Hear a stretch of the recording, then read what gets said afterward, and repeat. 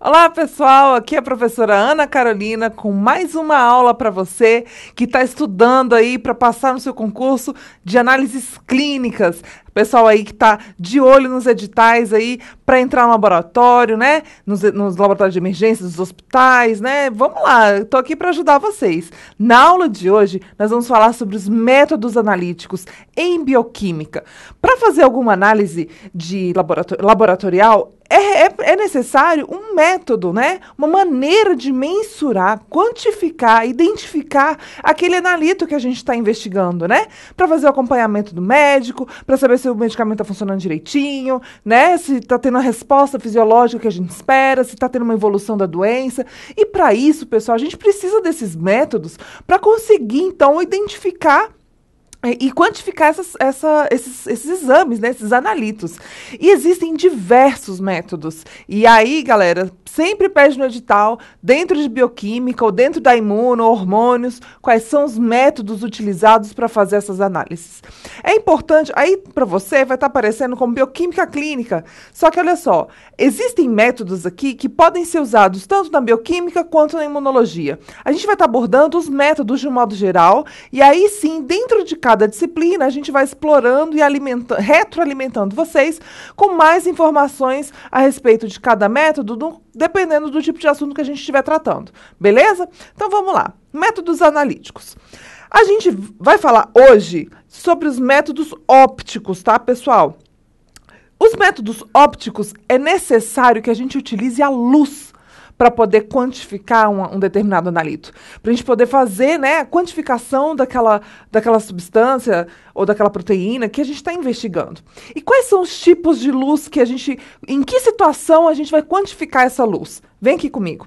Olha só, a gente pode avaliar a quantidade de luz que é emitida pela minha reação, a quantidade de luz que foi absorvida na minha reação, a quantidade de luz dispersa, a quantidade de luz refletida ou a quantidade de luz transmitida. E aí, pessoal, vem aqui, olha, aí fica o pulo do gato. Para cada tipo de método desse, a gente vai ter um tipo de equipamento, um tipo de análise, vai ter limitações que algumas coisas a gente consegue medir em uma determinada metodologia e outra não, tá? Então, só para você ter uma noção, quando a gente fala de luz, geralmente a gente está falando aí, quando a gente fala de métodos ópticos, nós estamos falando de luz.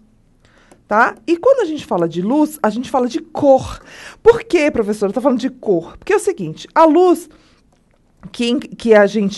a luz que está presente aqui no nosso meio, a gente não consegue fracioná-la, quebrá-la, para que a gente possa enxergar todas as variáveis de cor. Cada cor vai ter um comprimento de onda diferente. E é justamente esse comprimento de onda que a gente vai utilizar nos nossos métodos analíticos, tá? Vem aqui comigo. Olha só, é importante a gente saber que só uma pequena faixa dos comprimentos de onda que é possível a gente ver as cores, tá?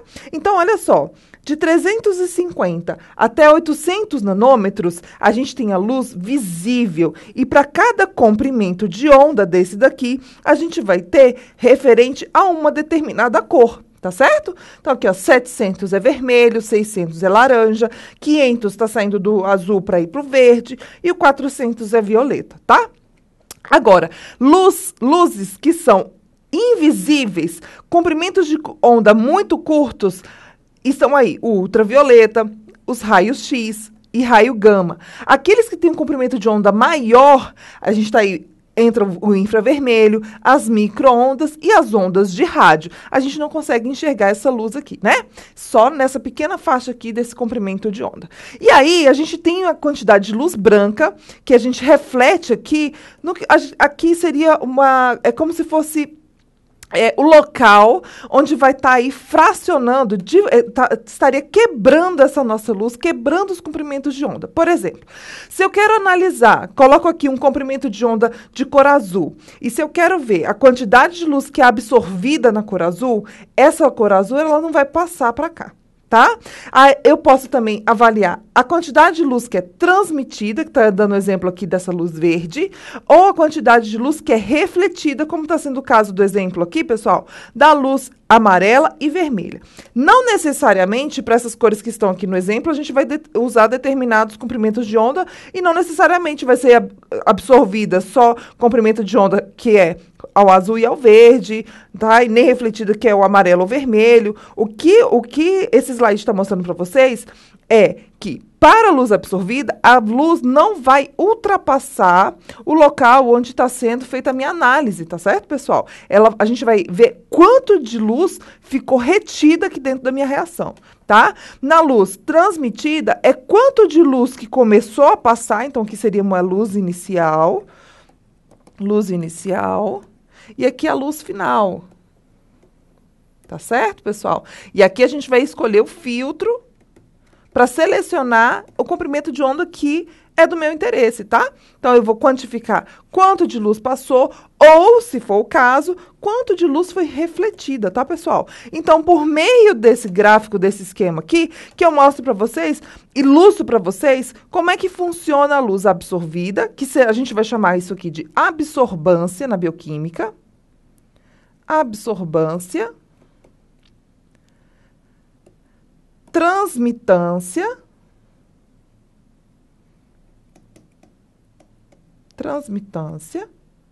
tá? E aqui na luz refletida, nós vamos tratar aqui com outro método chamado nefelometria,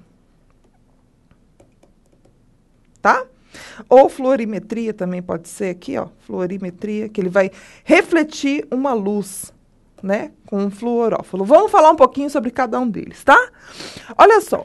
Como é que funciona, então, a absorção e a transmissão de luz? Nós temos 3 métodos aí, pessoal, que vão caracterizar esse tipo de análise, tá? Esse tipo de método, que é a absorção e transmissão. Pode ser absorção atômica, pode ser fotometria ou espectrofotometria. Qual é a diferença, pessoal, dessas 3 aqui? Vem aqui comigo. Quando a gente fala em absorção ou transmissão da luz, a gente tem que quantificar quanto de luz absorveu ou quanto de luz passou. Quando a gente fala de absorção atômica, a gente está falando de átomos, tá? Fica um pouco assim meio complexo. Ah, professora, quando a gente diminui muito o tamanho, na nossa aula de molaridade e normalidade, a gente vai estar falando um pouquinho sobre moléculas, sobre peso molecular, tá? E aí as pessoas têm medo porque estou falando de uma parte muito pequena, mas são só unidades, tá, pessoal? No caso da absorção atômica, a gente vai falar um pouquinho lá na frente, é justamente quanto que daquele átomo ali foi retido. E aí a gente precisa saber quanto que foi absorvido daquele átomo, né? A gente vai usar um cátodo para selecionar o átomo que a gente está pesquisando, e aí sim, quanto que ficou retido ali? Aí a gente vai falar de absorção atômica, só porque a gente está falando de moléculas de átomo, tá? Agora, vem aqui. Como é que funciona a fotometria e a espectrofotometria? São os métodos, pessoal, mais comuns na bioquímica clínica, tá, pessoal? Bioquímica clínica, a aplicação dela é essa, tá? Eu emito uma luz branca, eu tenho um monocromador. Professora, como assim monocromador? Vem aqui comigo. O meu monocromador, ele vai selecionar eu seleciono qual é o comprimento de onda que eu quero. Por exemplo, eu tenho uma reação de glicose. A reação de glicose, ela tem que ser preferencialmente numa coloração vermelha. Então, o nosso filtro vai ser vermelho. Então, na hora que passar ali, selecionar a luz, o meu monocromador vai ter que estar selecionado no comprimento de onda da minha reação, tá? Que seria o vermelho. A olho nu, a gente vai ver que a reação ela é mais rosada, tá? Quanto mais rosa, maior é a quantidade de glicose que está ali dentro, tá? Então, volta aqui comigo. Então, esse monocromador nada mais é que o nosso filtro de seleção de comprimento de onda. Comprimento de onda. Aí entra o português, tá, pessoal? Não é comprimento, é comprimento, tá? De medição. Aí eu tenho aqui a minha amostra. Então, vamos supor que nessa minha técnica, o fabricante fala que eu tenho que usar um filtro de comprimento de onda amarelo. Então, todas as outras cores não vão passar. Então, eu tenho um feixe daqui, onde só vai passar para mim a luz amarela. E aí, pessoal, eu tenho aqui a minha amostra e o display, onde eu verifico a quantidade de luz que foi transmitida ou absorvida. Isso vai depender da técnica, tá? Olha só, se a minha amostra for de absorbância, se a minha reação for para avaliar a absorbância, eu vou calcular quanto de cor amarela não passou. O que não passou significa o quê? Que absorveu. E se for transmitância, professora, eu vou verificar quanto de luz passou pela minha amostra e não o que ficou, tá? Então, aqui é transmitância, e aqui é absorbância. Pessoal, qualquer dúvida, escreve no fórum, tá? Para eu poder explicar com mais detalhes se vocês tiverem dúvida. Tá, professora, mas e aí? Qual é a diferença de fotometria e de espectrofotometria? Aqui já está falando, pessoal. Foto é de luz, metria é de medição, é a quantidade de luz. Aqui eu tenho sempre apenas um filtro com um comprimento de onda. Um filtro, um comprimento de onda. Ele é fixo, tá? Eu não modifico.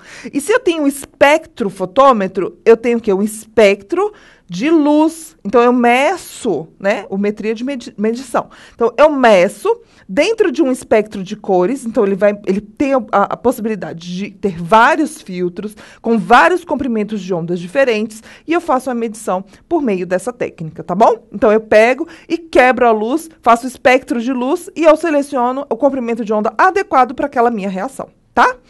Quando eu falo de emissão da luz, pessoal, é diferente a emissão de luz de transmitância. Vem aqui comigo. Olha só. Quando eu falo que minha reação é de transmitância da luz, eu estou medindo quanto de luz passou pela minha reação, foi transmitida da minha reação. Passou pela minha, ou seja, eu tenho uma fonte de energia do lado de cá, onde eu sei quanto de luz eu estou emitindo, e tem um detector aqui do outro lado que vai falar para mim, olha, passou X, lá igual no exemplo, passou 0,20 de luz amarela, tá?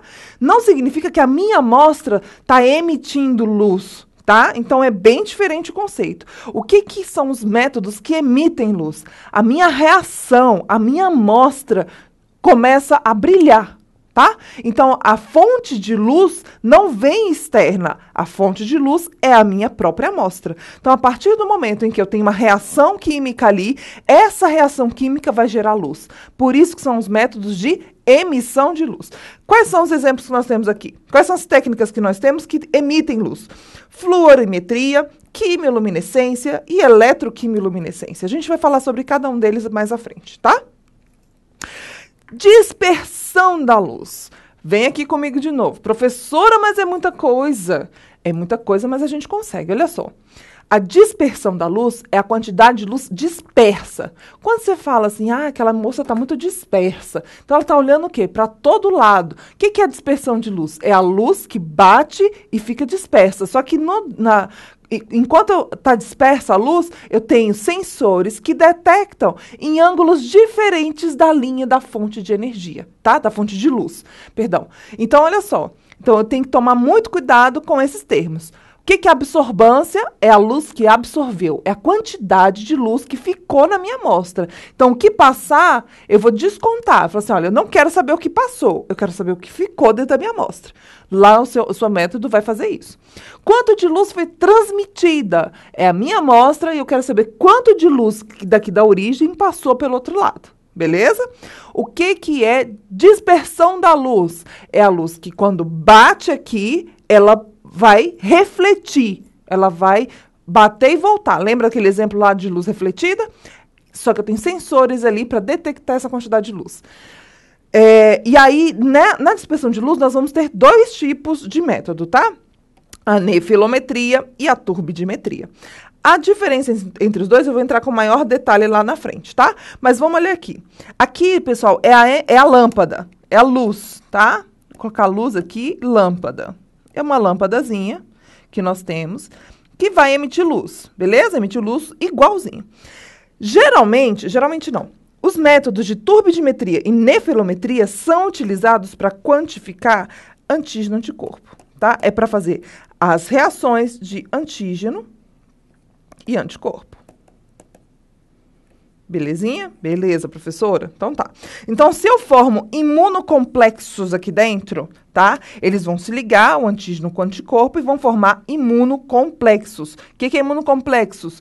É o anticorpo mais o antígeno. Isso é um imunocomplexo.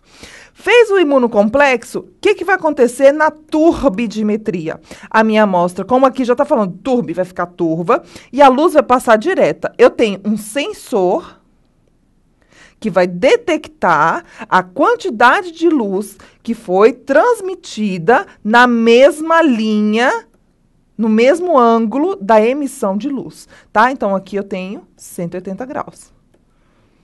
Belezinha? Tá, beleza, professora. E a nefilometria? Tenho aqui a mesma lâmpadazinha. Emito a luz, tenho a mesma reação com imunocomplexos. Qual é a diferença? A diferença é que eu não vou pegar a luz que está sendo emitida a 180 graus. Eu posso pegar a luz que está sendo emitida a 90 graus, a 30 graus, né?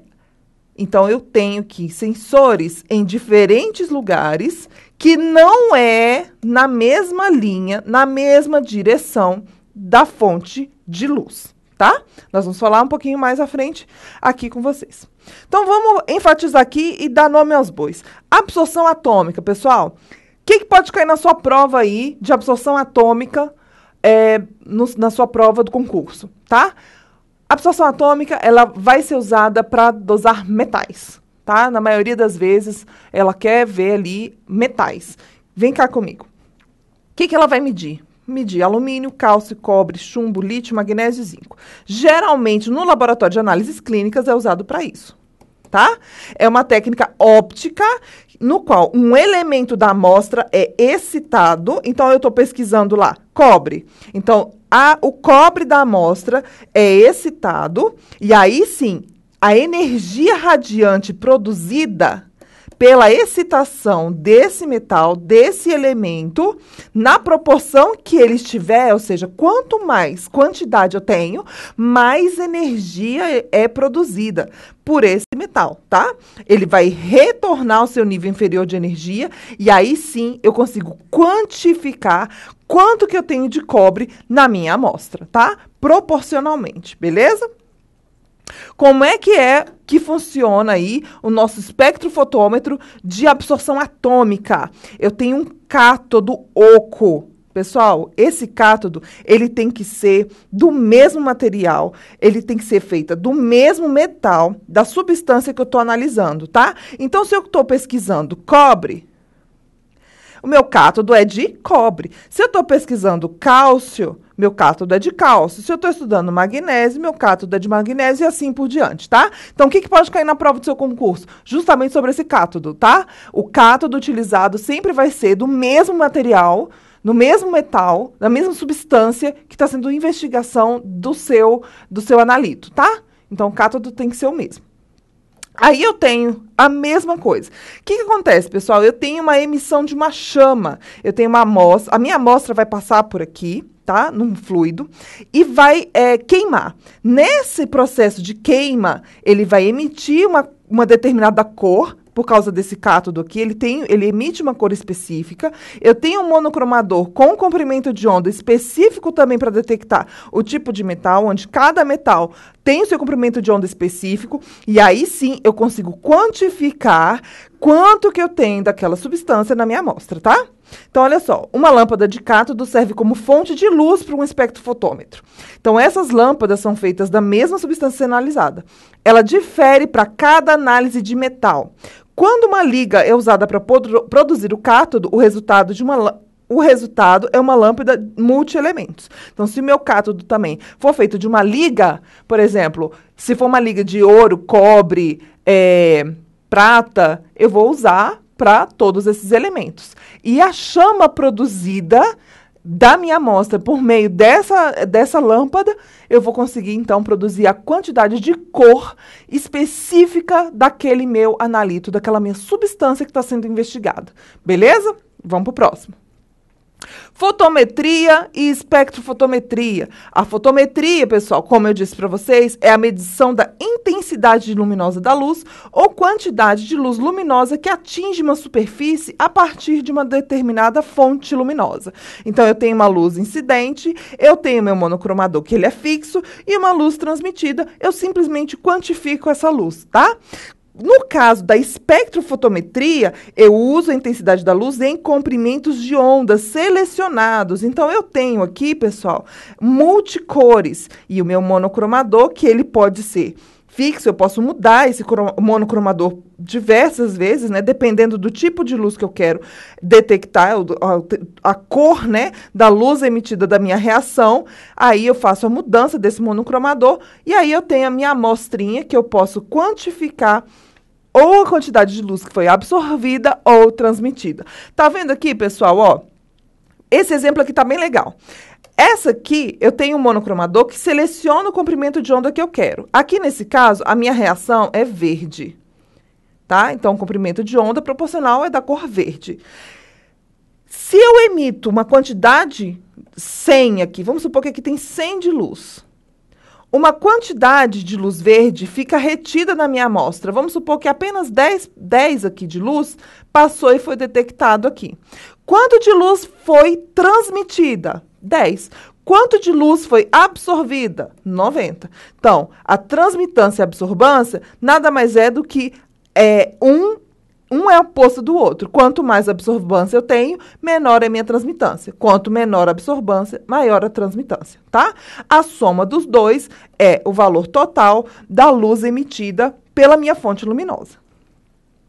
Em que situações que a gente vai aplicar a fotometria e a espectrofotometria? Na bioquímica, pessoal, dosando glicose, ureia, creatinina, as enzimas hepáticas e vários outros exames. Na urinálise, a gente também vai usar nas tiras reagentes. Existem equipamentos que fazem leitura fotométrica das tiras de urina, tá? Porque elas mudam de cor, então eu posso sim ter um fotômetro ali nos meus equipamentos para tira de urina. Nos imunoensaios, né? Nos ensaios que usam ELISA como metodologia, tá? O ELISA, ele vai usar espectrofotômetros, porque eu vou usar reações de cor, tá? Análise de íons, na fotometria de chama, eu vou ter aí sódio, potássio, cloro, tá certo? Vamos continuando. Fluorimetria, pessoal. Ela é definida como medição de luz fluorescente emitida. Emitida, pessoal. Então, aqui a gente está falando de emissão de luz. Emissão de luz. Quem é que emite luz? É a minha reação, tá? Então, a minha reação é que está ali brilhando. A fluorescência ocorre quando uma molécula absorve luz em um comprimento de onda e reemite essa luz em um comprimento de onda mais longo. Um átomo ou uma molécula fluorescente é denominado fluoróforo. Como é que funciona aqui, então, pessoal? Eu vou ter, então, um fluoróforo, por exemplo, reações que envolvem aqui a fluorimetria. Eu tenho um fluoróforo que, ao se ligar ao que eu estou investigando, eu posso marcar uma célula e fazer imunohistoquímica, eu posso fazer citometria de fluxo, posso fazer uma reação de imunofluorescência, onde eu tenho ali um microscópio de fluorescência que eu consigo enxergar onde houve a ligação, porque vai estar todo mundo emitindo luz, tá? Então, a fluorimetria é utilizado um fluoróforo como marcador e eu consigo enxergar a luz que está sendo emitida pela minha reação, beleza?